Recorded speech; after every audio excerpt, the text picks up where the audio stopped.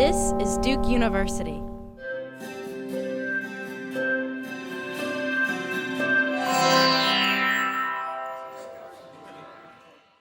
I'm going to actually ask my colleague and friend Diane Nelson to do the formal introduction of Donna this evening, in part because I think of all my friends, Diane probably knows and is most passionate about Donna's work, and I think will be perfect person to introduce Donna tonight. So I asked her to step up and do this, giving her labor while she's on her sabbatical, sorry.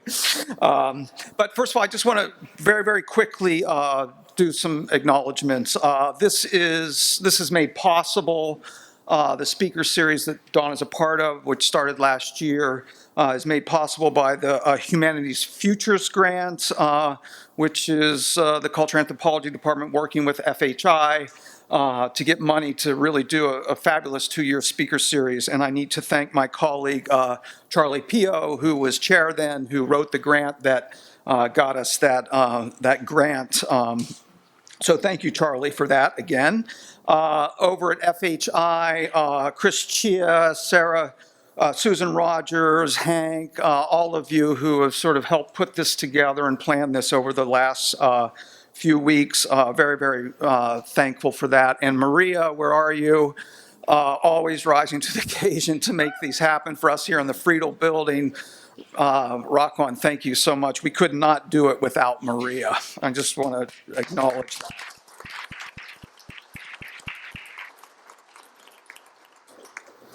So without further ado, my colleague, Diane Nelson. Thank you, Ralph. Thank you all for being here. I want to start with a land acknowledgement that we are on territory of the Siouan, Catawba, Cherokee, and Lumbee peoples, and that enslaved labor, indenture, and also exploitation of undocumented people is very much part of our history. And before I start, I will totally admit to being a fangirl, and I'm kind of wagging my tail and afraid I'm going to piddle here. So to begin, one is not enough, but 2 is too many. Donna Haraway is a character in the Oshii Momoto's classic anime, Innocence, sequel to the original and non-whitewashed Ghost in the Shell. Donna Haraway is a manifesto writer. Donna Haraway is a biologist and a storyteller and a practitioner of implosions. Donna Haraway is more cyborg than goddess and shares her bread, kumpanis, in other words, in companionate, with a healthy and also damaged array of critters, mechanical, botanical, and animal, primate, murine, and canid, avian, bovidae, and cephalopoda, Aranea, and the Annelida, so necessary for compost, and with astonishing multiples like Mixotricha paradoxa, terminators, Gaia, and felines in their intra-acting cradles. And here, of course, I'm referring to just a few of her slew of indispensable writings. Primate Visions, Modest Witness at Second Millennium, Female Man Meets Oncomouse, When Species Meet, and most recently, Staying with the Trouble. Donna Haraway is response-able. Donna Haraway is a science nerd. Donna Haraway is a knowing practitioner of SF, science fiction, speculative fabulation, string figures, science fact, so far. Donna Haraway is a feminist and knows full well that not all the women are white, though she too is brave. 1 is not enough, 2 is too many. Donna Haraway is a maker. She helped create and sustain the extraordinary, perverse, weedy, and bumptious program in the history of consciousness at the University of California at Santa Cruz, where she is now emeriti. On the edge of just beginning to and implode Silicon Valley, surfing on the edge of women's movement waves, on the edge of toxic fields and United Farm Workers boycotts, on the edge of COINTELPRO's war on the Black Panthers, on the edge of the Lawrence Livermore nuclear labs, on the edge of an ocean already fully harbinging the obscenity that some call the Anthropocene, she nominates as Capitalocene and its alter life, Cthulhu Scene. I was lucky to be on the fringe of that space and time and collective world-making, where it was made clear that it matters what thoughts think thoughts, what descriptions describe descriptions. It was a heady brew of cultural studies, psychoanalysis, Marxism, feminism, post-structuralism, anti-racism, and a relatively new thinking formation of STS, the social studies of science and technology. Space-time marked by the Loma Prieta earthquake and the First Gulf War. It was scary, though nothing like today, and epistemo-erotic. Donna, what she wrote about and how she wrote it, was particularly inspiring to me and the whole karass of people, the kin she's made instead of babies. I came to see her as a fabulous blend of Trinity from The Matrix, you know, that scene at the beginning where she just does that amazing jump and sort of surveys everything around her, mixed with Jackie Chan. And I'm thinking, of course, of that scene in Rumble in the Bronx where he's just using pinball machines and pool tables and every other thing at her disposal. Because the monsters we are facing are utterly cold-hearted and utterly destructive. But she's Trinity and Jackie if they were also utter goofballs, because, as those of you who've seen Reading National Geographic know, and a wicked sense of humor. Donna Haraway is a cyborg for earthly survival. She knows how to run fast and bite hard, and that one is not enough, two is too many, or only one possibility. I'm delighted to introduce Donna Haraway. Thanks, that's really, really nice.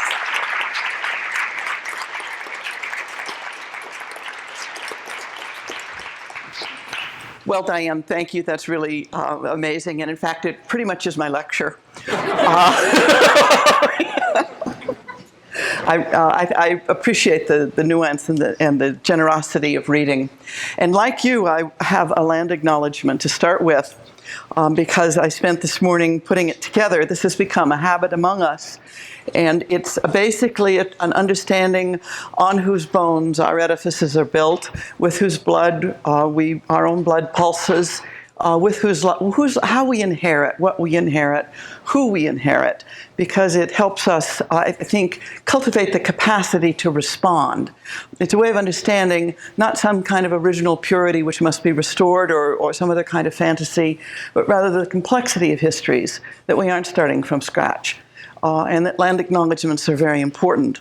There are, of course, 8 recognized tribal nations and 4 urban Indian organizations in the Durham, in the Triangle area. So that I decided that I would not name the already scrambled, anglicized, and multiply changed names of the First Peoples, who have been, and the many controversies over who they are and what they were, the Algonquin speaking, the Siouan speaking, the multiple reconfigurations, but that I would affirm the contemporary 8 recognized tribes and 4 urban groups in their complexity. And I would affirm and remember the tobacco smoking warehouses where the film was shown, the textile factories, the people who have built communities in this area, the working class people of many colors, the people who have invested their time and money and skill, the business people. I'm interested in affirming all of those who have made us possible, and not pretend to some kind of genealogical purity, even while giving a kind of serious understanding. I had a really interesting conversation with my brother and nephew on the way here this afternoon, that no place in law are the fruits of stolen property regarded as legitimately inheritable. That this is something that Martha Harris told us in Whiteness as Property. I'm misnaming anyway, the Whiteness as Property paper that pointed out that if a person can show that somebody's property is the result of a prior theft in a prior generation, it can't be claimed.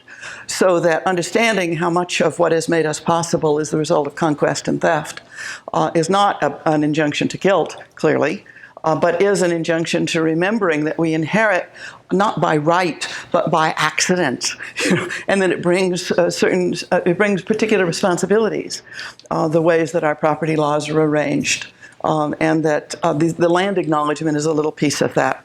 So part of my acknowledgement is making OddKin, storytelling for earthly survival, using an image that Sandra Diekman proposed, which I love. We are the grandchildren of the witches you didn't burn. I think that this is literally true, that we are the offspring of those who survived, willy-nilly, of all available genders and no gender, that we are the grand OddKin of the witches they didn't burn, and therefore it's incumbent on us to do something interesting with that. So as Diane told you in her introduction, I have a kind of shorthand theoretical toolkit called SF, or string figures, or making cat's cradles with each other.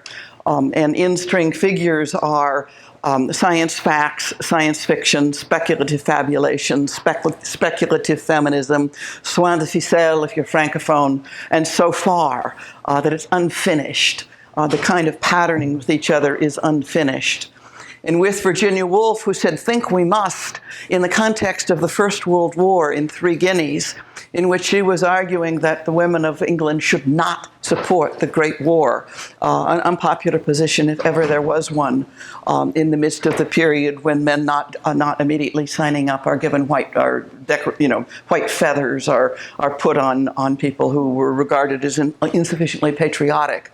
And I think we live now at a time when patriotism is being stereotyped and enforced in extremely scary ways, and that Virginia Woolf's injunction from Three Guineas, "Think we must," about the ways that permanent war are a part of our national life, and that patriotism has become something seriously scary, and love of land and love of nation is getting harder. Love of land and love of place, love of country is getting harder and harder.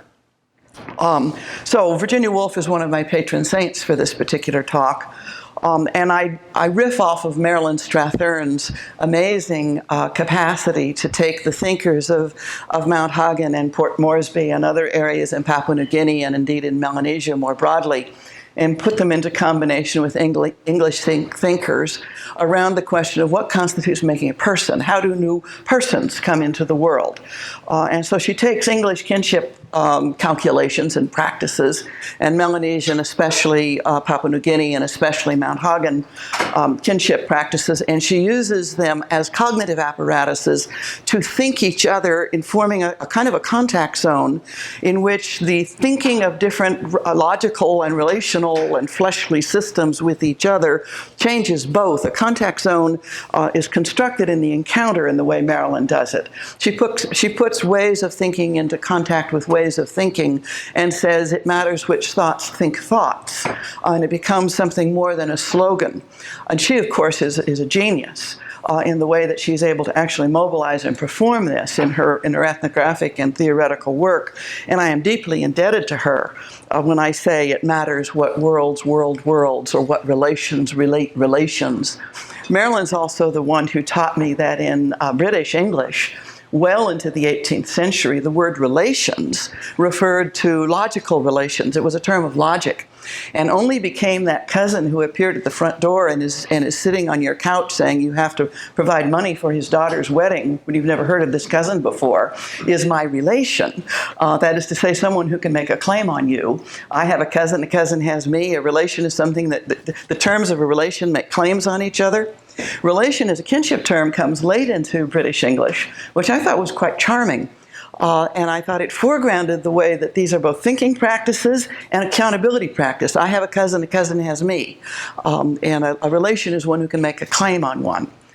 So in the relations we make in the world, we are opening ourselves to being vulnerable to having to respond. And vice versa, when we make a claim on others, we are asking for response in a way that perhaps can change all of the partners, for the worse potentially, but maybe also for something more robust. The painting in the background of this is by Ella Goldenthal's Cat's Cradle series, and obviously it was made to order for me. This image proposes a kind of temporality that I want to briefly explain. And again, I'm drawing from an anthropologist. Anthropologists in general have taught me most of what I know, and they say that's because I'm not an anthropologist. If I were, I would regard them with as much cynicism as anthropologists tend to use in talking about each other. For me, they have been, a treasure. Bad joke. Anyway, I am at this moment drawing on Deborah Bird-Rose, who has written with Australian Aboriginal people around Darwin and the Yearland peoples of the northeastern areas of Australia, and who wrote a book called Dingo Makes Us Human now many years ago. And it was in that and Reports from a Wild Country, in which he developed several ways of thinking in connection with the people who were teaching her Aboriginal ways of doing time, these particular Aboriginal groupings. She wasn't generalizing to all of Australia, much less to all of humanity. But she was saying that the folks who were talking about what it takes to be a serious person in the world, a serious adult human being, a lawman in Austro-Anglo-Aboriginal English. A lawman is a person who understands the job of a serious person is to take care of country. That, again, Anglo-Aboriginal Australian idiom of country, which is that congery of place and ancestors and present activity and practices and so forth. That country is this complex combination of human and non-human beings in play with each other in very particular ways. And taking care of country requires certain song lines and not others, certain ways of taking up responsibilities and not others. So if serious people who are responsible for certain song lines are exterminated, the line is exterminated. There is not someone who can just step in and do it. Things don't work by that kind of easy substitution. There are consequences to extinction. So these are people who have experienced multiple ends of the world, which of course gives a certain perspective to those of us who talk about the Anthropocene as the first end of the world. Fuck Anthropocene is a bag that you can buy from Post-Industrial Animism. You can a word from our sponsor. So the temporality that Deborah proposes that I take up in my work is that a serious person faces those who came before so as to leave to those who come after more quiet country. And this happens in a thick present of cultivating the capacity to respond and to carry on the responsibilities that one has inherited. People do not face the future, which they cannot know. Western iconography tends to have us facing the future and trying to leave better things for our children than we had ourselves, and we're constantly always facing this unknown often a relation of anxiety, but certainly of kind of thrust into the unknown.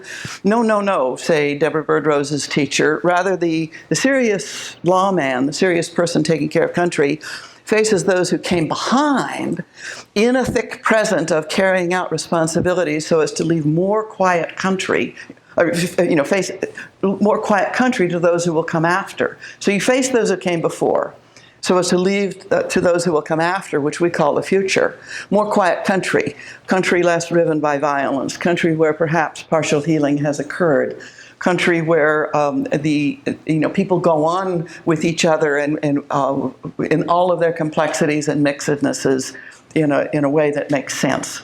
Well, this mask, Medusa of 1,000 Faces, is an actual mask given to me by students at Evergreen University. There are two institutions in this country, possibly in this world. I say this in Duke, the home of the Blue Devils, heading to a basketball game tomorrow night, so I say this, advisedly, that there are only two institutions in this country, as far as I know, who are committed to invertebrate mascots, indeed to mollusks. The University of California at Santa Cruz is completely committed to the hermaphroditic banana slug, who my first husband, who was gay, completely fell in love with because of their extreme polymorphous diversity and attachment to slime trails that just, the kind of molluscan erotics of the banana slug is deep in UC Santa Cruz's fibers. The Medusa of a Thousand Faces, which well, it does many things. First of all, Medusa is a Greekish name. I come from a Greekish education, and I propose Medusa of a Thousand Faces, both to name my own heritage with love and humor, and also to understand that this kind of figure travels but isn't universal. She gets around, however, and learning to be polite to Medusa is a good thing to do. Head-born Athena, who hired Perseus to kill Medusa, one of the early murders for hire. And Perseus holds up Medusa's head, and the blood drips and forms the Gorgonia of the Western Mediterranean, and the body of Medusa flies and becomes Pegasus. And I can't tell you how many feminist theory seminars break down over the love or not of horses. Which I think has a lot to do with adolescence, and of course Athena takes Medusa's head and puts it on her shield, whereas had perhaps the warriors learned not to be so warrior-like and learned to be polite to Medusa with the snaky face, and perhaps learn to handle the tentacularities, the feelers, learn to understand that Medusa is one face of the Potnia Theron, the mistress of animals, and the mistress of the hearth is the other face, that we have the mistress of bees and the mistress of the animals on two sides of Etruscan entrances to homes well into the 6th century of the current era.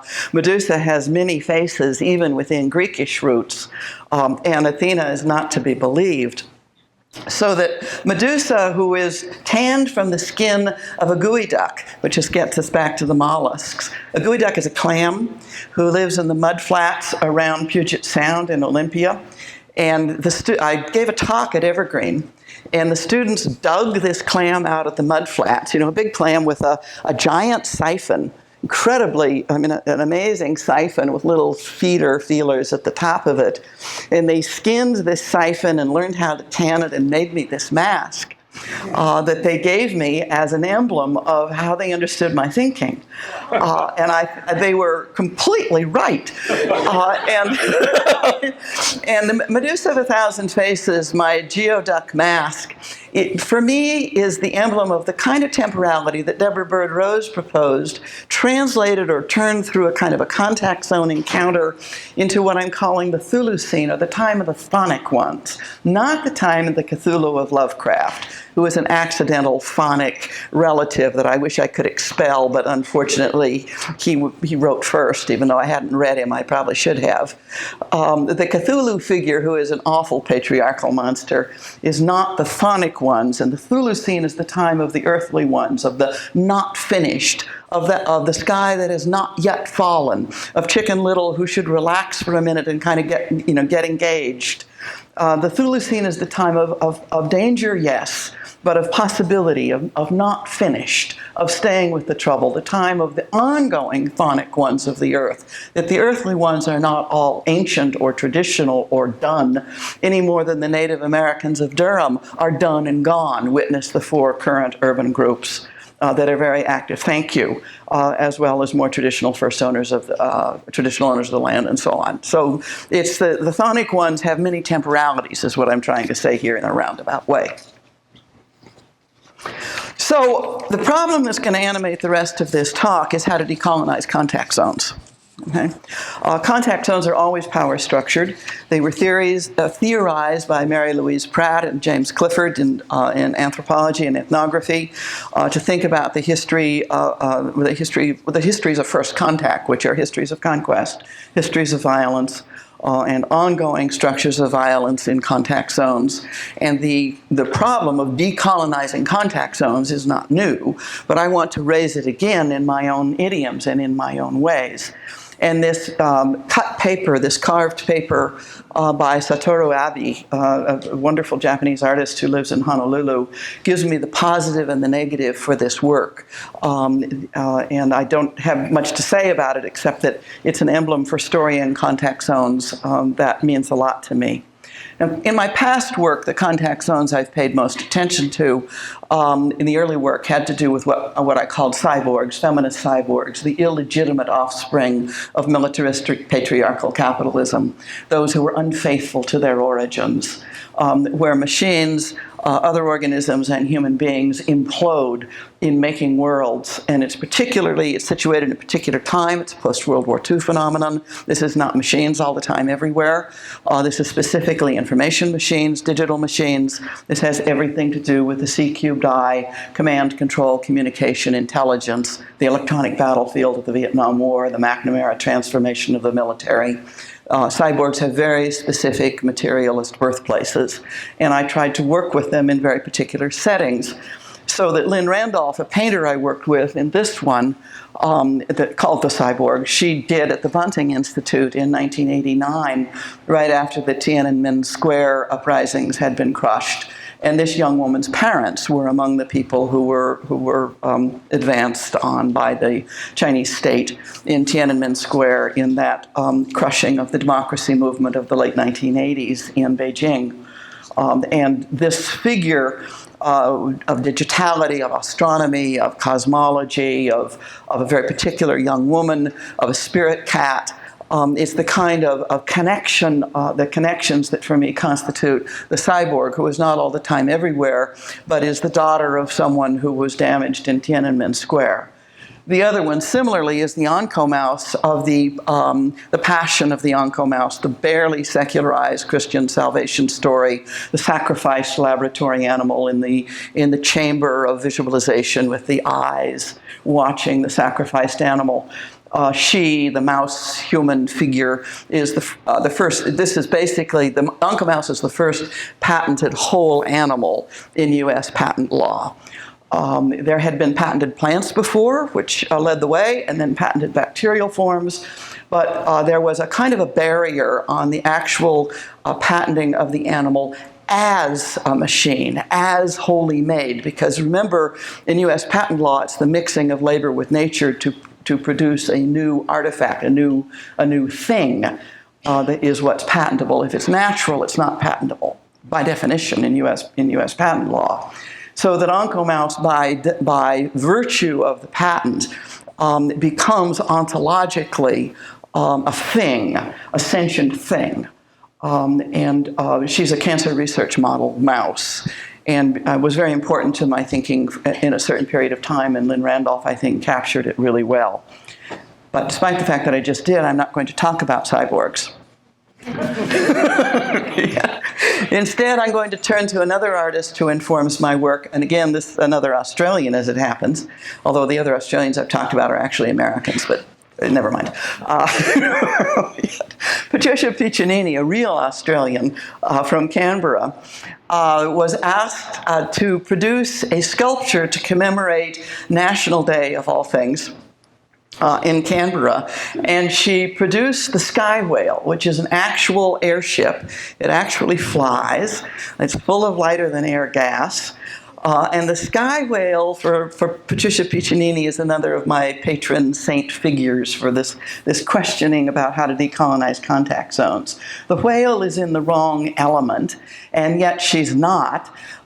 She was regarded as a piece of public pornography because there are way too many nipples for your average public sculpture. Although Susan Harding and I, at one point when we were really upset with graduate students, thought we'd go to a porn shop and buy a lot of porn breasts and put them in our office doors and just say, help yourself. We were feeling really done. You know, we didn't. We just thought about it. Would have hurt delicate graduate student feelings. Anyway, the sky whale for Lynn Randolph is a figure of evolutionary what if. It didn't happen, but what if it had? What if it will? Who is this creature of the skies? What is this creature of the fluids of the seas doing in the fluids of the airs? She's a figure of wonder, she's a figure of evolutionary inquiry, and she flies over damaged land on, of all things, National Day, which is among the things questioning of the very legitimacy of presence. So Lynn and I got together and we riffed on Sky Whale, and we figured she was pregnant and that she was going to have to come into some kind of shallow sea to give birth. But then her milk, and then she'd have a calf, but her milk was going to have to be really, really the sort of milk which helped the calf produce lots of gas, because the calf was going to have to be filled with lighter than air gas rather fast for the mother and the calf to rise into the air and rejoin their pod, so that it became a provocation to speculative fabulation and sort of imagining ecologies, with real constraints. I mean, we're trying to think about real ecologies and real feeding strategies and so on and so forth. So sky whale has become a friend of mine. So now I actually want to go to Nunavut. I want to go to Pannerton in Nunavut, which is said to be part of northern Canada. And I want to go to the circumpolar Inuit peoples, and I want to look at the vexed question, which will recur many times throughout the rest of this talk, of hunting. I want to look at the problem of indigenous claims of the right to hunt and the right to obtain food in ways that sustain the people and sustain the generations, and that this isn't just a thing of the past, but a thing of the present. Many of you were probably aware that the dogs of the circumpolar, of the Inuit of northern Canada were murdered by the Royal Canadian Mounted Police a few decades ago, not all that long ago, in the effort that conquerors always make to sedentarize people who move around too much. First call them nomads, then misunderstand the way they make a living, and then shoot their animals. It's a great strategy for making them dependent on imported food,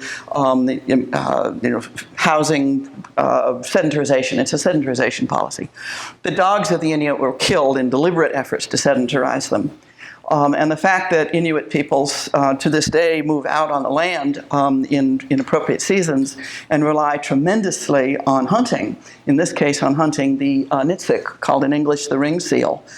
And the marketing of seal products internationally is illegal for excellent reasons advanced by animal advocacy and animal rights groups, but in a way that has impacted indigenous hunting really badly. And that the struggle for the struggle for specificity when the what is considered a minority, but was really another people within a dominant people, has law structures that are at odds with the majority law structures. We have very few methods to think about what decolonized law should really look like, and this is a very important contemporary struggle among the Inuit of Pannerton. And this particular design was done by Paula Matuk, Kevin O'Connor, and a drummer, who actually is a drummer named OddKin Drum. And it's a ring seal. You can see the liver, kind of melted ice becoming tea, and you can see the lungs of the wake of the boat, and you can see Wear Qisi, Wear Qisi becomes seal. The relational ontology, the onto-epistemological relational ontology of people and seal and ice is very important. And this struggle in itself is important, but I also use it to foreground the problem of thinking at the same time two necessary ways of conceptualizing the urgent issues of what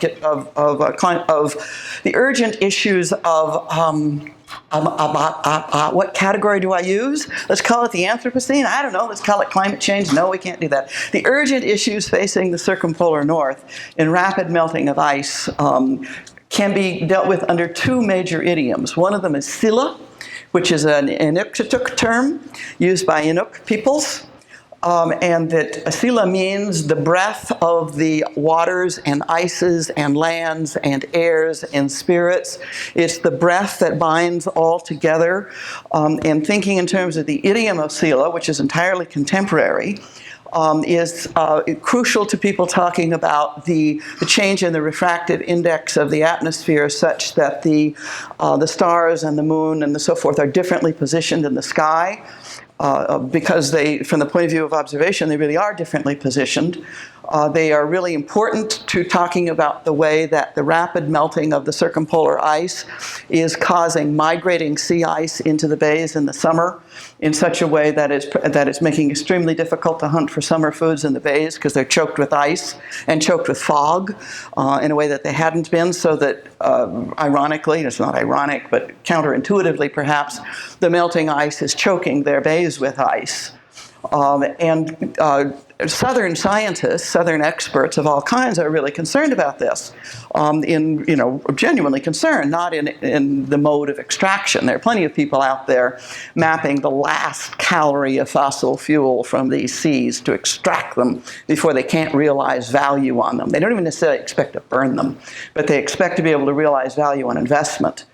Very interesting writing called The Third Age of Carbon on the strategies to map and extract the last possible calorie of fossil fuel. Plenty of that going on, plenty of Southern experts of that kind. But I'm talking about the people who are trying to help. The people who are up there trying to do serious observation and work around the question of what they call climate change. Climate change is a Southern idiom. Sila is an Inuk idiom. They need to form a contact zone so that people can talk sensibly about what's going on the ground, so that people can coordinate observations, so that people can coordinate strategies. But unless a decolonized contact zone is actually built, as opposed to considering one idiom traditional and the other one scientific, nothing good will come of it. It will deepen resentment and deepen the sense of being invaded by Southern experts once again. So I take us now into a period of the lecture in which dogs must be our leaders. I've already mentioned dogs at least once in the murder of the sled dogs. But now I want to enter contact zones where dogs are our principal guides. And I am reminded of something I learned in agility that my dogs and I have to constantly tell each other, which is to say, look, right here, the dog and handler form a team. A team, got it? We're a team. We're not, we can't each go off in our own direction and get anything done, which is perhaps a shorthand definition of decolonizing contact zones. So first I will let Cayenne, a dog, those of you who were at the film saw Cayenne in the last couple of hours ago. Cayenne is an Australian shepherd, purpose-bred for sports and herding, a so-called purebred dog, a dog I fell in love with and who completely changed my life, and who led me to be extremely curious about sheep. This is a dog who is put together out of anybody who was in the Rocky Mountain and Pacific West to herd Australian sheep that are coming off the boats to feed failed California 49er gold miners and the subsequent. These are dogs of the colonial United States who are who were pre-Civil War and post-Civil War, become really important to the development of the ranching industries of California and the Rocky Mountain West. Okay? She tracks me, I track her, she tracks me to the sheep that are the creatures of empire in the New World, the Spanish rough sheep, and the adoption of the Spanish rough sheep by the Diné, by the Navajo as well as other peoples, but it's the Navajo that I followed. And I followed the rough sheep to the Colorado Plateau and the Navajo Nation, and in particular to Black Mesa. Big mountain, a particular, a very important mountain in the iconography, in the geoanatomy of Navajo geography. And that the Spanish rough sheep, as the other animals that I talked about earlier, were preferentially murdered in acts of conquest twice. The first was in 1863, when Kit Carson was charged with rounding up the Navajo who were, basically causing many problems through trade and raid and basically not being conquered. Kit Carson was charged with rounding up the Navajo and relocating them in Bosque Redondo on a forced march. And they were held in essentially prison camp for 4 years in Bosque Redondo and then marched back. And their sheep were killed, and their peach orchards were cut down, and their cornfields were destroyed.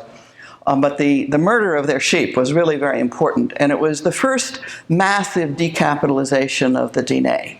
And it had consequences to this day. It's what Toni Morrison would call an originary trauma, the kind of trauma that founds a people, the way that she wrote about never mind, my mind blanked, it'll run around. Paradise. The second preferential killing of the Navajo, by the way, the Navajo, when they returned to the Colorado Plateau and to Diné-Bikéyah, were supposed to be restocked. They were supposed to be given stock, which has yet to happen. But nonetheless, they did rebuild their stocks, and indeed overstocked to such an extent that by the 1930s, the erosion of the Colorado Plateau was really, really terrible. And Navajo, as well as others, spoke of the extreme emergency of erosion and drought and overgrazing. Why did the Navajo overgraze? Here's where the question of the contact zone comes up. I know from reading people who have spent a lot of time in the archives of the Hubble Trading Post, poring over the account books of the trading posts. I know that the Navajo were forced to sell finished blankets as raw wool up until well into the 1960s. Okay? And that the permanent debt system of the trading post system forces constantly more, it's basically a speed-up mechanism. It forces constantly more production, ever more wool, ever more rugs, ever more debt in the maintaining of a people who are in a relationship of dependent sovereignty to the dominant economies. So come the 1930s and the New Deal, and this has lest one start feeling superior about not being, about being a Democrat in the era of Trumplandia, lest one feel any hint of superiority over this identity, although it is lots better. Anyway, I remember that the New Deal Department of Agriculture under Roosevelt basically conducts what's the second great murder of Navajo stock on grounds of that they had exceeded carrying capacity, not husro, balance, right relations of the land and the people, right living, not husro, but carrying capacity. So that exceeding carrying capacity was a social, scientific, and biological phenomenon and bore no relationship to traditional Navajo idioms of husro. So that not only could the social scientists and the agricultural scientists not talk to each other in Anglo-New Deal politics, they certainly couldn't talk to the Navajo about their view of why they were overstocked and what the economic situation was that guarantees overstocking. So instead, they preferentially shot particularly the Churro rough sheep, murdering them right in front of their families, first the goats one year and then the sheep the next. And reallocating land in a grid system, interrupting transhumance, reallocating land to male heads of families, interrupting matrifocal pastoral practices, and conducting what the scholars I've been reading call the greatest decapitalization, one of the greatest decapitalizations of an entire people in history, from which the Navajo have never recovered. So that their vulnerability, let's say, to coal mining jobs, to uranium mining jobs, to the kinds of dirty jobs that poison the people, even as Black Mesa coal is mined and burned in the Navajo generating station or the Mojave generation station, which was finally closed down because of activism. The Colorado River is pumped with Black Mesa coal over the mountains. So as to feed Phoenix and Tucson and the cities of the desert, while on the Colorado Plateau, people have neither clean water nor electricity. Okay. So Cayenne led me to this story. Cayenne was the one who taught me that weaving among the Navajo is continuous weaving, is cosmological performance, but the Navajo aren't protected by the Native American Arts Protection Acts. Because their patterns were commodified and became part of the international art and craft market already by the late 19th century. So that Navajo patterns count as commodities, not as, quote, sacred, close quote. Sacred is a mixed blessing, but it can protect certain kinds of property. Navajo don't have that protection.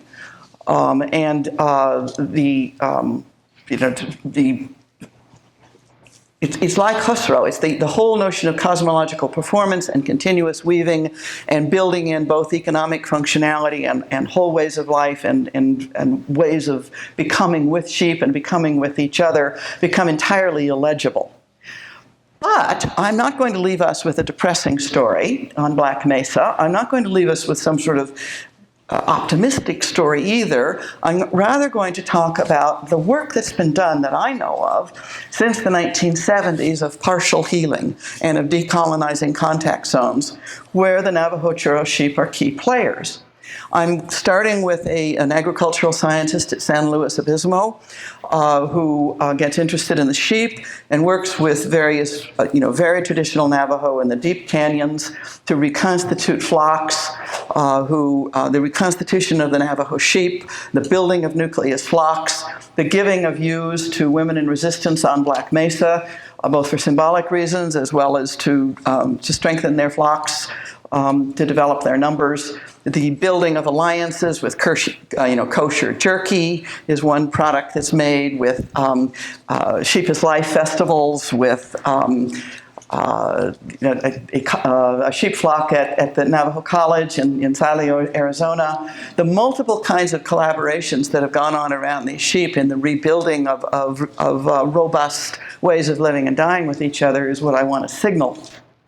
And the people who interest me most in this story are the young adults of both Hopi and Navajo and other backgrounds, but mainly Navajo, but also others, who form the Black Mesa Water Coalition and have been working in just transition, who've been working in developing solar power, in climate justice, who were major players at the Paris climate talks a couple of years ago. This particular woman, Jihan Jaron, got an environmental sciences degree at Stanford University and uses it in her work. I think that what's being said here, we must fight for everyone to have clean water and clean lands. We've been here before, we've been impacted, we've been imprisoned, we've been pushed and beaten. The lives we want to live within our means, within the cycle of nature. This is climate justice. Refugees, migrants, land-based communities, and indigenous peoples, same causes, same fight. The people of the Black Mesa Water Coalition are making a difference. They are making a difference in the chapter houses, in the tribal council, in the struggle with Peabody Energy. They're not necessarily winning, but they're certainly not going away. They are tough, smart players.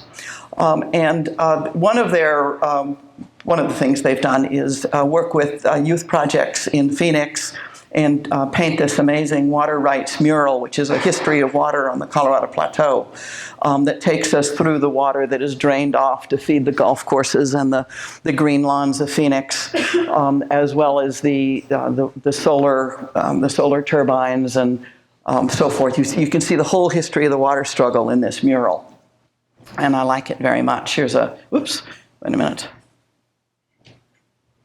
Okay, there's the first view, there's the second view. And now we are off to my second dog leadership. Cayenne died a couple of years ago, and after a few months, Rustin and I let a new dog drop out of the sky into our lives. And we thought we were going to get, this time, not a purpose-bred, purebred, whatever, dog who would lead us heaven knows where, but just a regular old stray dog who needed a home from the local scene. So I filled in my parameters on the Pet Finder website. I said we'd be willing to drive, 100 miles within Santa Cruz to meet the dog and see if this was the right dog for us, so on and so forth. You fall into the rescue apparatus, the portraiture, the narratives, and I am madly in love with this dog who comes up with these parameters. And I am completely head over heels done before I realized the office was on the East Bay, but the dog was in Taipei. And then I had stumbled on the Taiwan Dog Rescue site, which has changed my life. And in the way of anyone you fall in love with makes you curious. And you know more at the end of the day than you did in the morning, one hopes. Shinda, who is this dog, and that's her litter mate, Boomy. And this is Shinda studying agility with me. She's got her front legs on an upside-down dog dish, right? And basically, if I ask her to go like that, she'll move her back end around in a circle like that. And if I ask her to go like that, she'll move her back end around that way. And then she'll do it with her back feet on the dog dish and do it with her front feet. It's basically a way of helping a dog understand where her body is. Because like any good athlete, these are the kinds of exercise that good athletes do to be able to move their body with speed, through space at speed and skill. These are called foundation skills for agility. And they teach me teach me to pay attention to her, and I assure you she's easy to pay attention to. I ask you, could you take your eyes off of that girl and not feel like complete scum of the earth? Okay, so who the holy hell is she? Just as I asked, who is this herding dog of the American West, I ask, who is this dog who dropped out of the sky, named in bad Mandarin for New Earth, Shinda, from an Ursula Le Guin novella, Paradise is Lost, which is a multi-generational spaceship heading toward this place that by 4 generations out, the descendants of the Mandarin speakers call it Shinda. So she flew in the belly of an airplane from Taipei to San Francisco and dropped into our lives. I thought Shinda was the right name. We shout Shinda on the beach, and people look at us like, achoo, God bless you. You see the problem. Who is this dog? Well, most of the dogs of Taiwan have a very large genetic contribution from dogs called Formosan mountain dogs, who are the old land race of what are called the Austronesian peoples who lived in Taiwan for some thousands of years, let's say 6. Let's say they moved out of Southeast Asia into Taiwan and then up into the southern Melanesian areas and then out across the Micronesian and Polynesian Pacific with their dogs and their pigs. Let's say that this story of human migration is a strong one. It's contested, but it has a lot going for it. The dogs of Taiwan develop in isolation on an island into a very particular land race in tight connection with several dozen Taiwanese, Aboriginal, Indonesian groups, different languages. Today there are 16 recognized indigenous groups. I'm avoiding the word tribe if I possibly can, though it's in the literature. And 16 languages now still extant, though several of them are endangered, and there were many more. These are non-Han Aboriginal peoples who pretty well didn't have to deal with colonialism until the early 17th century, when both Han migrations from the mainland and Dutch trading empires are established, Dutch trading posts are established in, call it Formosa, call it Taiwan. I'm not sure what the Dutch called it, though I should know that for the talk, but I don't. Anyway, the Dutch are displaced by the Ming Chinese families after a very few decades, still in the 17th century, and then by the Qing, K-I-N-G, what's the Qing? How do you pronounce that, Ralph? Qing, okay. The Ming are displaced by the Qing very quickly and become the major, in the literature, the major families and formations that rule Taiwan until the Japanese defeat the Chinese in war and take Formosa and have it in the 19th century. So that the colonialisms that the Austronesian peoples, the indigenous peoples of Taiwan experienced were generally speaking not white settler colonialisms, but were Han settler colonialisms, which are of very particular kinds. And the part of the story that I want to pick up actually has to do with the preferential killing of the Formosan mountain dogs, which by and large the Chinese, the Han, although they displaced plenty of people and there were all sorts of issues, on the whole they didn't preferentially kill the dogs. The Japanese did. During World War II for several reasons, among them that certain particular groups of Taiwanese indigenous people were fighting the Japanese, and they were killed in punishment. And they were also killed to make subsistence harder, because the dogs are closely aligned with the men in hunting forest food, including wild boar. And pigs are closely aligned with the women. Dogs and wild boar are closely aligned with the men. This is old news to people who study the indigenous worlds of this part of the world. But the Formosan mountain dogs are preferentially killed and almost exterminated by the end of World War II. Meanwhile, the Japanese have brought all their war dogs, their Akitas, German Shepherds, so on and so forth. And the Dutch had brought their sighthounds, their so-called flying dogs, who have interbred with Formosan mountain dogs. This was a non-issue for the Aboriginal people of Taiwan who were interested in what their dogs could do, but not really in the purity discourse. By the way, the other picture that we have up here before I change the slide is Shinda. That's her, the day she was picked up outside of Taipei. These are healthy, free-roaming dogs, or with a strong Formosan mountain dog imprint. She probably wouldn't have made it. She might have made it. She's not absolutely starving, but she probably wouldn't have. The death rate among the puppies is very high. There are plenty of healthy free-roaming dogs in Taiwan, as well as plenty of extremely emiserated non-owned dogs in Taiwan. And one of the concepts I've been developing in some of my other work is around what I call the born ones, or forced life, the forced supernumeration of populations, both human and non-human, in the post-World War II world. And I think the dogs are subject to that as well. Well, this is the rescue scene that I fell into. This is California. This is other people who find themselves with a Taiwan dog. You get a Taiwan dog, you get a world. You got a website, you can put your stories, you can ask for training advice, you have meetups once a month with other people, you learn who's got the litter mates, you learn whose sister lives in Taipei, who has still another litter mate, because the families that adopt these dogs are in both Taiwan and the United States. You have inherited an entire community of rescue discourse, which is a very interesting world of animal advocacy. It's kind of the settlement house movement of dogland. I mean, they're doing good, but they're doing good, vigorously. Vigorous doing of good is sometimes a little nerve-wracking. This is all positive training. This is all positive. Every dog has a forever. Every dog should have a so-called forever home. The term forever home makes me break out in hives. Mind you, I am down with it. I am a member of this community. I am absolutely down with this community. But I want to talk about the contact zone with this community. But first, I need to tell you what's happened to the Formosan mountain dog in Taiwan, other than the street dogs that I've just introduced you to, both in their rescue version and in their free-roaming version.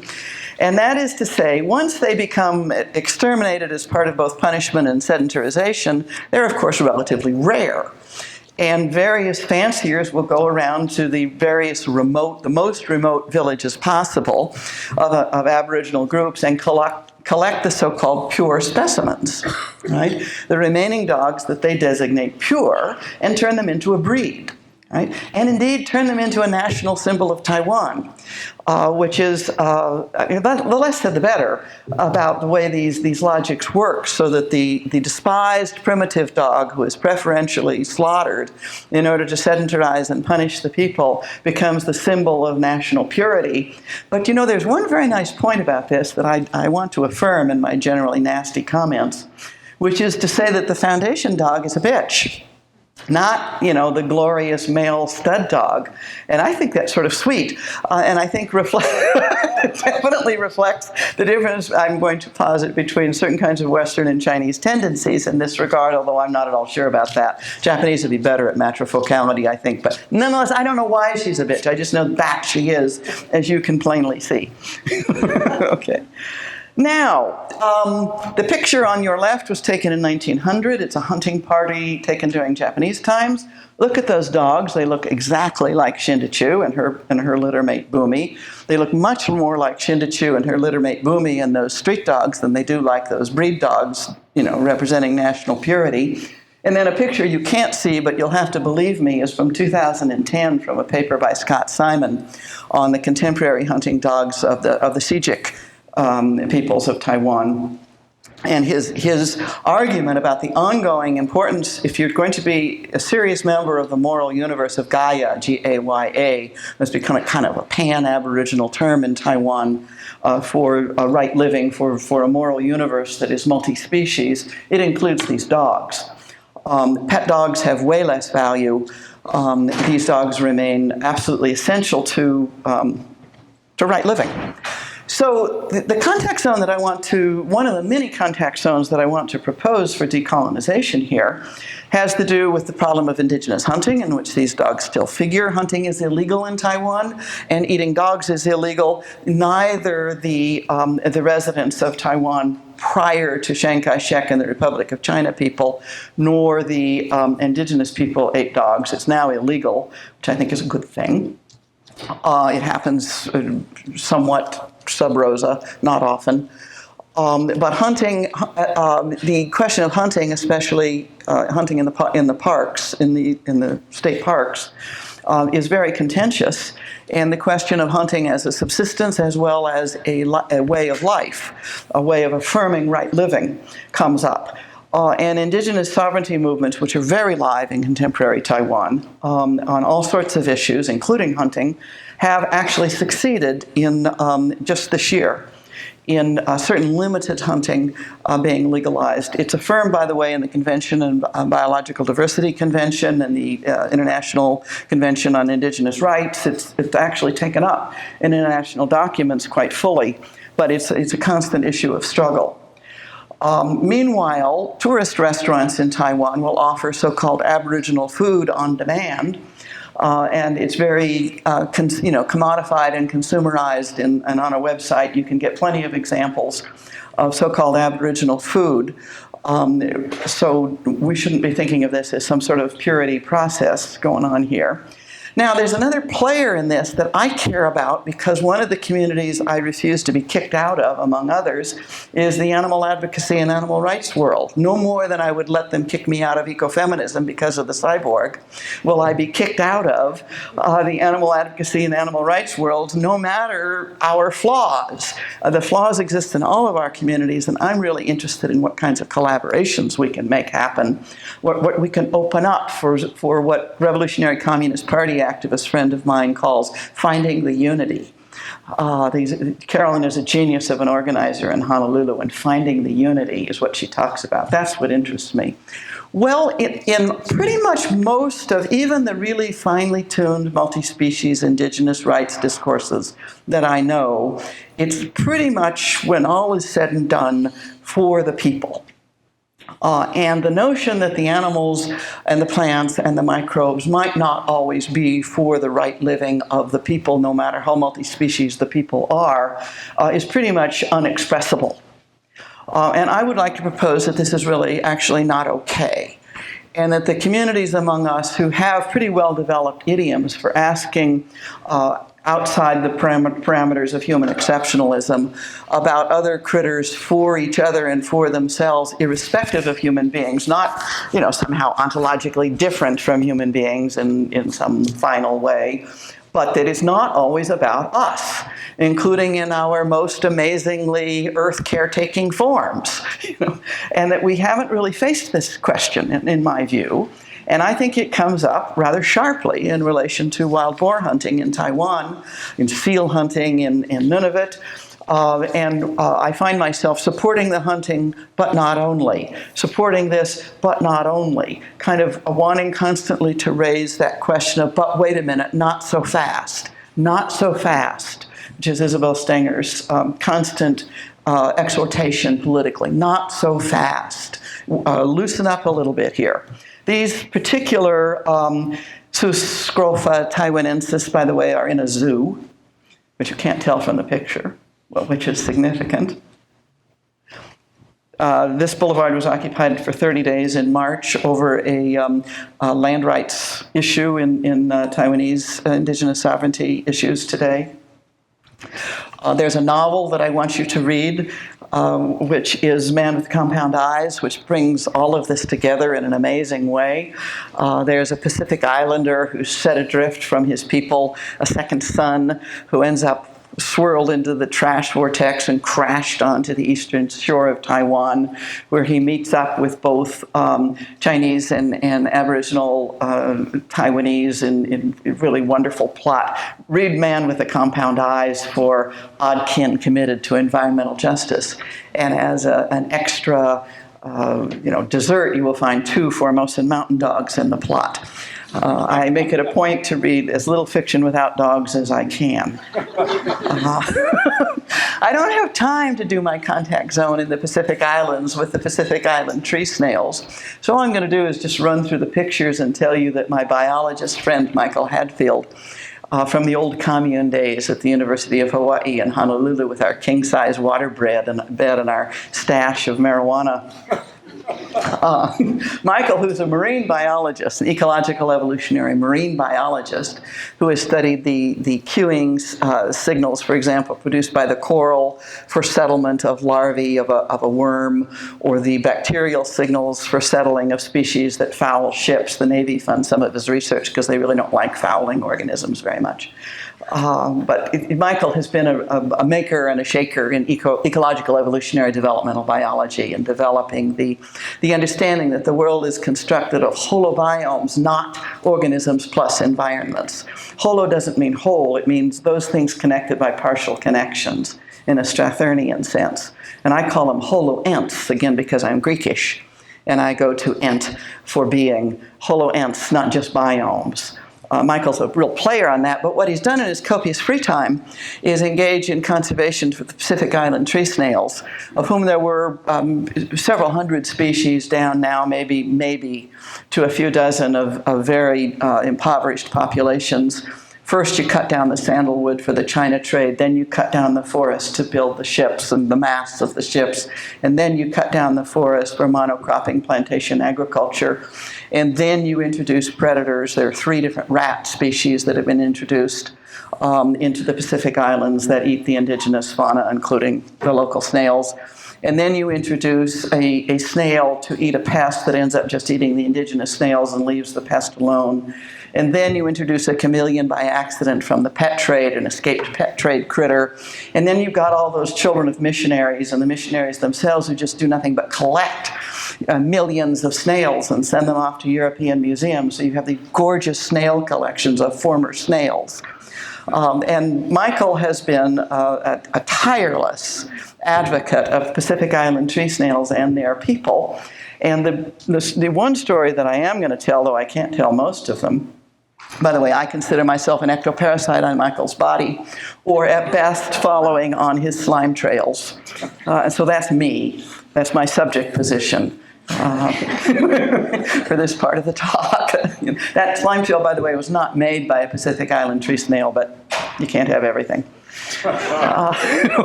The land on the right that you see scarred, the reason that's scarred, this is on Oahu, is because for several decades this particular area of the mountains was used for target practice by the U.S. military.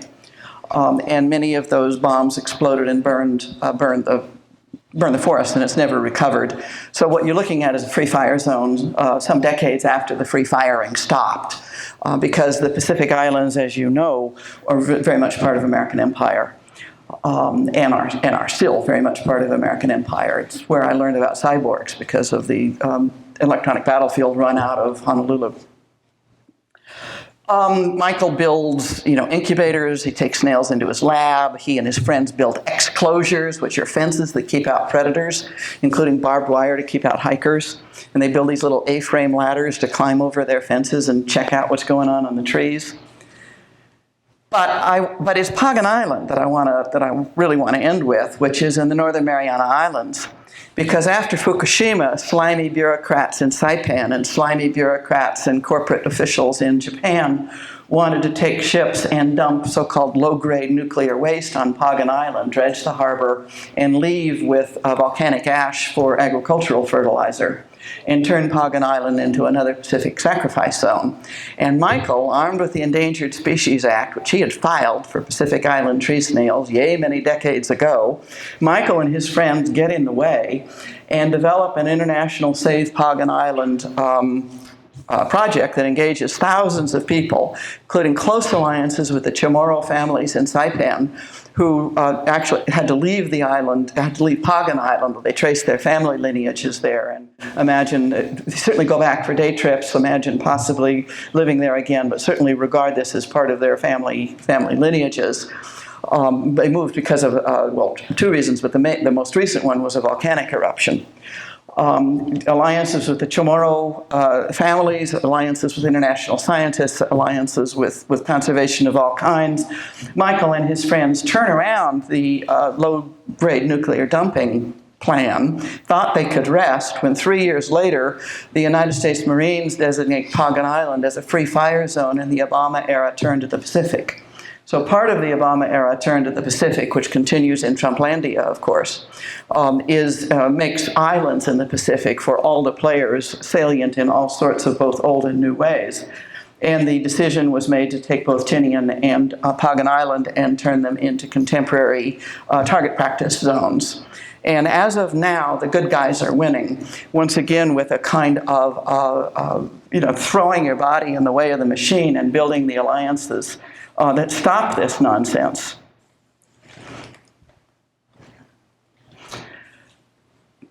These are on the left are the activists of Pagan Island, and on the right are Pacific Island students that Michael and his friends have taught for years, who are now staffing many of the biology and ecology and environmental positions throughout the Pacific Islands. Kids from Pacific Island peoples mainly. And what the story that I tell of Michael in A Contact Zone is between the Sea of Islands and the Pacific Ocean, between the colonial imperial sciences of the marine stations and the kind of work that builds alliances that stop the turn to Asia from taking yet one more island. And that Michael turned himself, willy-nilly, from a so-called pure scientist who studied vermitid mollusks as a graduate student into a biologist who does biogeopolitical science as his science. It's not that the politics is somehow separate, but the condition of doing his biology, whether it's the Eco-Evo-Devo stuff or the Pacific Island tree snail stuff, is as a biogeopolitical scientist, not that fantasy of the pure scientist of his graduate school days. So I end under the sign of Mariposa. We're getting close to El Dia de los Muertos, when the monarch butterflies will be from the Great Eastern Flyway. From here, will be settling on their trees in Michoacan. And they are the souls, the spirits of the returning ancestors. They are kind of sim-animagenic travelers who I think are going to carry this talk as far as it's going to go for El Dia de los Muertos. Thank you.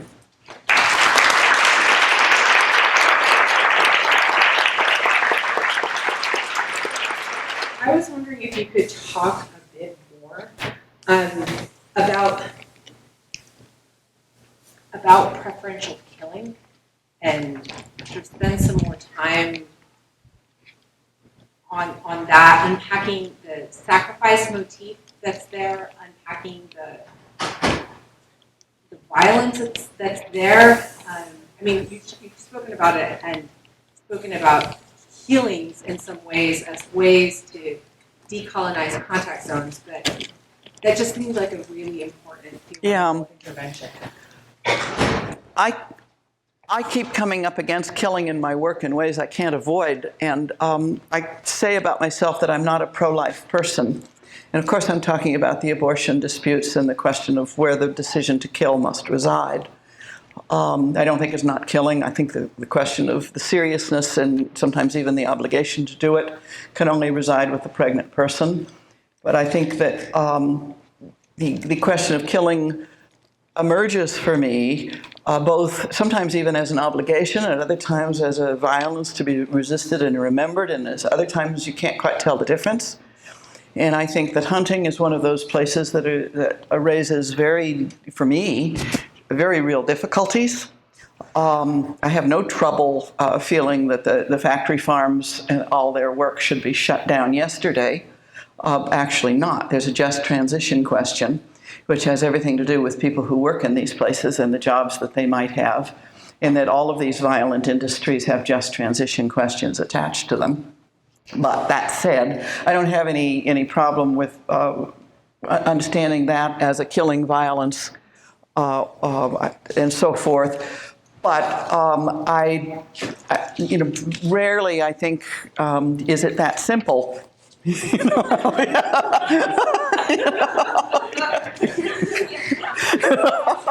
This won't move. That's okay. We will bring the mountain to Muhammad. No, actually, we can't. I can use that microphone. Good point. Leave it to my little brother to be practical.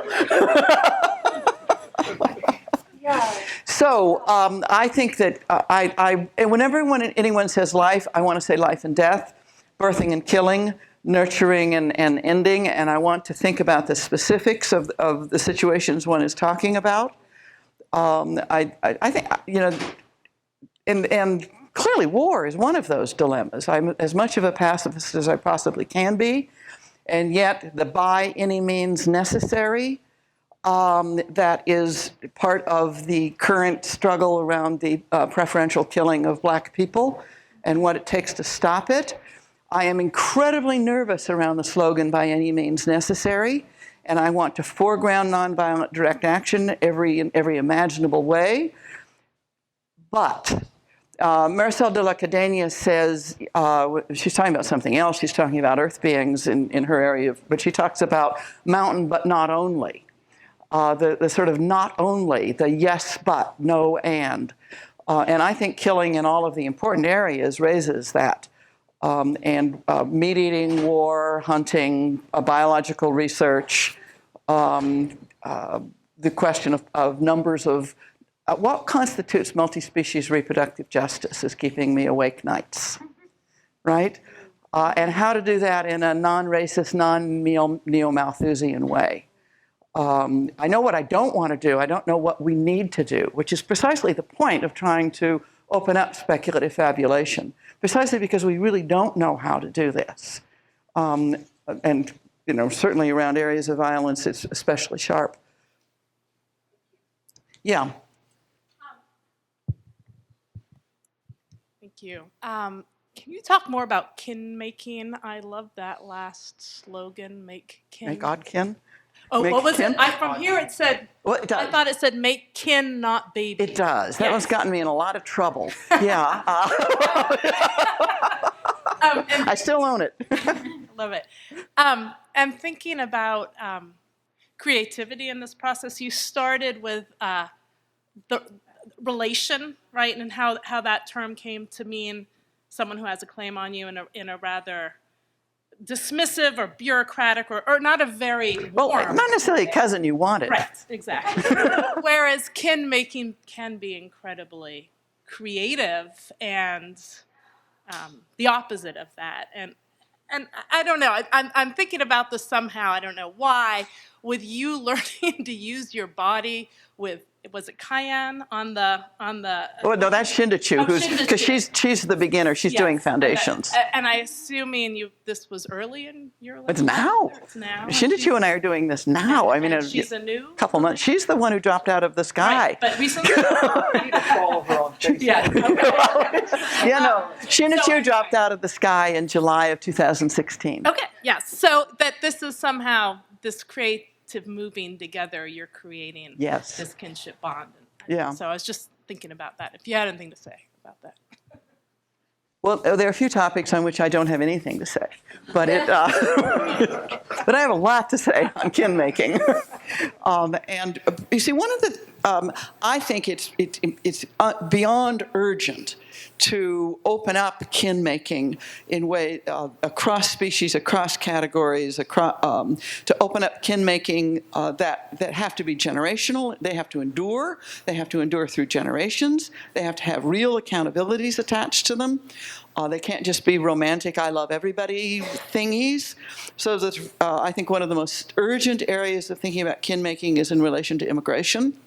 And in relation to the question of the demographic structure of populations in relationship to young people and old people, and the long and old and honored tradition of milking the children of the young, especially the children of the poor young, dry in order to keep the lives of older people more comfortable, especially older wealthy people. But I'm extremely interested in thinking of ways of ending this ancient human practice of milking the young dry to support the old.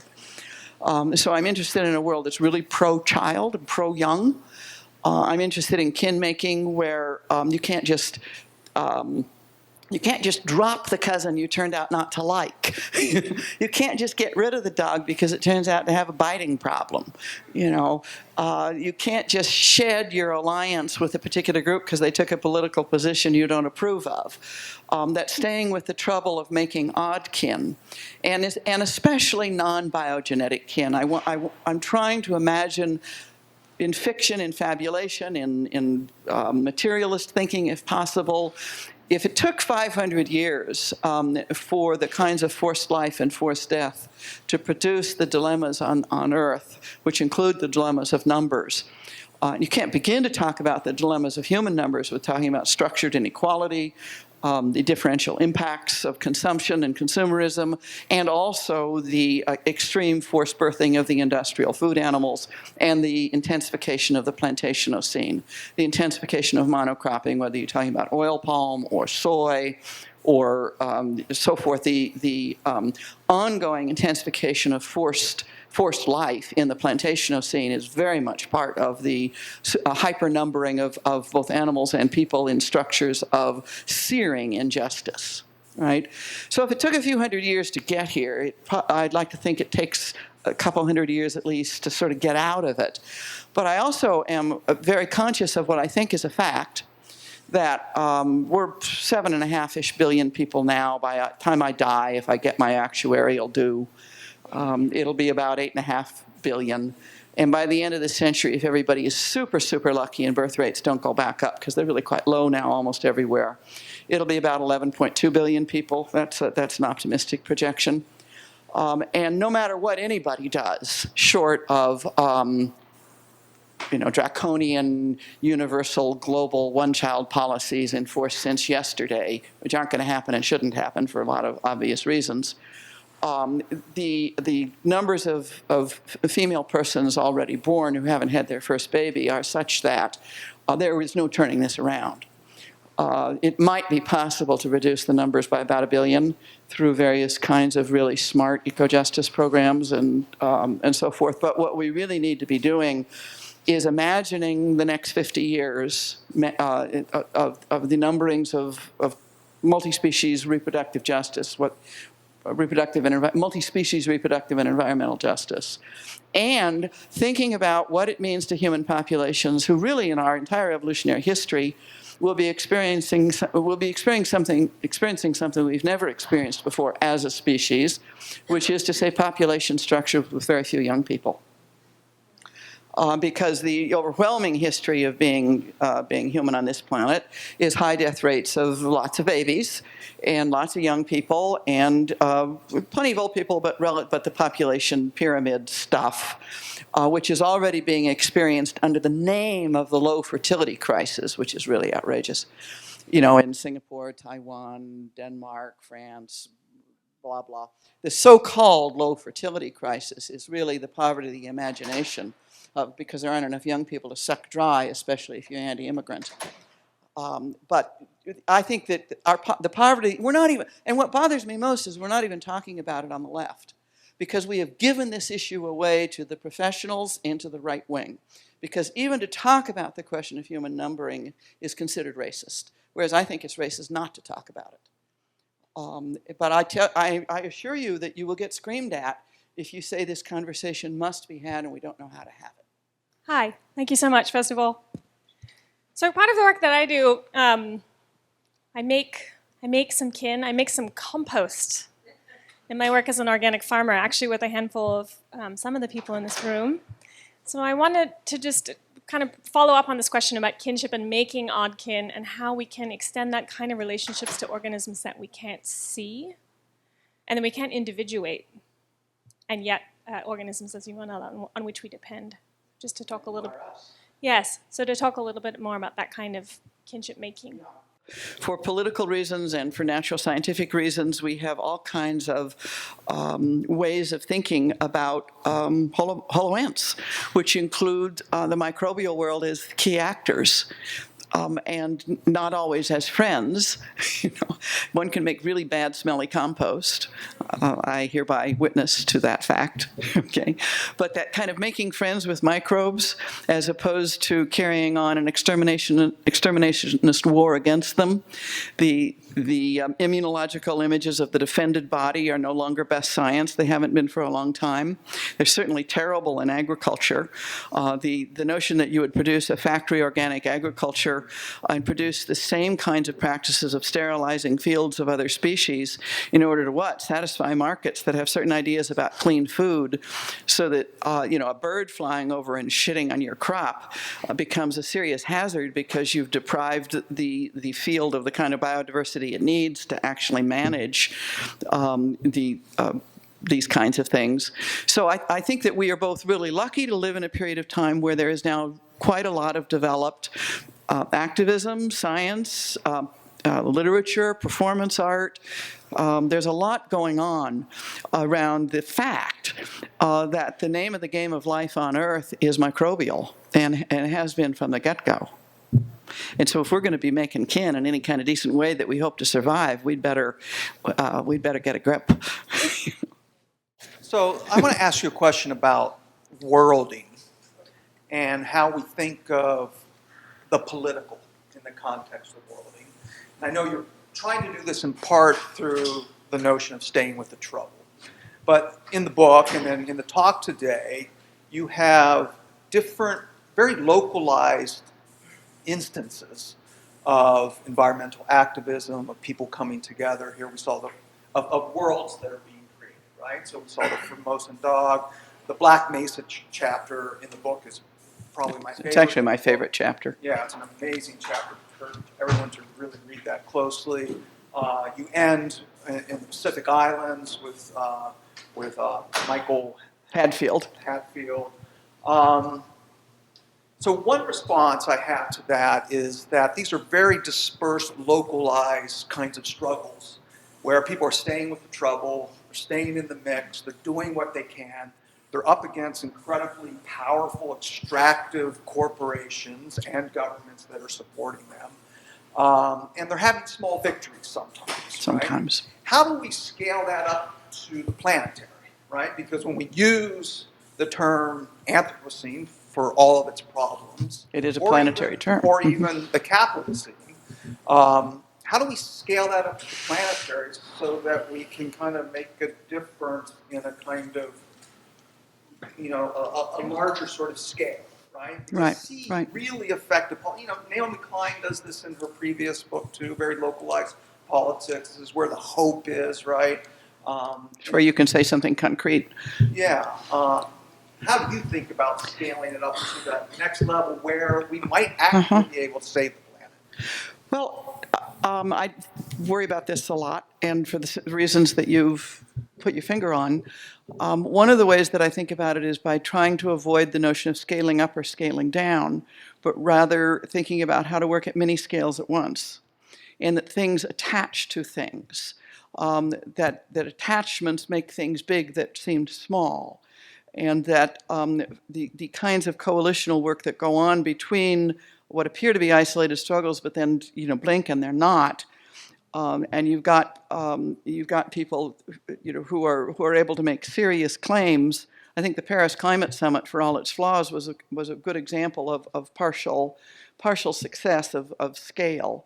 But I also think the very science of climate modeling, which is a planetary scale modeling science, which works with data sets. I think that the sciences, including that one, that work with the big data sets, are working at scales that have everything to do with questions of justice, okay? But they're not working at small scales, and they're working at scales that have immediate implications for large financial databases, for large state operations. That scale isn't a matter of building from small to big, but scale is a situational question depending on what the question is you're asking. I also think that we are living in some of the most dangerous geopolitical times in a long time, where across the world, the various kinds of seriously scary, frankly fascist formations are emerging in place after place after place. If you look at Duterte in the Philippines, and you look at the Trump world here, and you look at what's going on in Australia, and you look at what's going on all over Europe, and in place after place after place, the new normal is the scary far right. And we have lost things I think we never thought were losable. People like me was sufficiently naive to think that questions of access to birth control would really not be questioned. I understood that abortion was going to remain contentious, but I really didn't think contraception was going to be. Well, I was wrong. I really didn't think the very reality of climate change as an anthropogenic phenomenon would be questioned, though I understood that it would be minimized and that there were major energy companies who regard burning fossil fuels as a solution to world poverty. And I know how these apparatuses work, but I really didn't think that we collectively would lose as much as fast as we have, so that the new normal seems almost rational. I mean, that the outrageous is quickly becoming almost rational on the far right. So I feel like we're in a time period where it's extremely important to remember other recent time periods of extreme danger and the way people got through or failed to get through the 30s. I think that the ways that people, that a catastrophe happens, but the apocalypse is the wrong metaphor, and that we have to learn how to support each other through loss, as well as build what we're not losing everything, and we're not done, and a kind of political resurgence and political rethinking. It's a time to be kind of sober, but really active. Because we live in super dangerous times. So as a first-generation academic, I appreciate you recognizing the textile families of our land, also the indigenous families of our land. I think a lot about making kin in my scholarship. And I wondered, this is a very practical question, how do we make kin in theory? How do we make kin in our scholarship that we're making? Well, this one I actually think is a happy story. We're going to end on this happy story. We're going to end on this good story. I think we make kin in our scholarship. If you're a graduate student at this point, is this true? I think we make kin in our scholarship at this particular time of the work by taking your peers seriously, by building peer support intellectually as well as emotionally, by understanding that the work you're doing is the up and coming and really exciting work, and keeping a kind of confidence about that as in hard times, because graduate school is really infantilizing and one can be made to feel like an idiot really fast. And then realizing that everybody's sort of feeling like an idiot at the same time can sort of help a little, but namely you need to feel powerful. So one of the things that I adopted as a graduate student and have not regretted for 1 minute is citing each other, citation apparatus. Reading what you need to answer the questions that you're actually asking, and don't worry about whether it's in some discipline or other. If you don't have the skills to do it well, then ask for help and learn how to learn to do something well. But don't worry because it's another discipline or another field in some way. Be question driven. And with each other, and cite each other, and keep citing each other. And don't think that come qualifying exam time, all of a sudden you have to expunge the people you really learned everything from and just cite the big names of whatever gender. And keep that going. Basically, a democratization of the citation apparatus is within our immediate power. Thank you very much. Well, thank you, Ralph.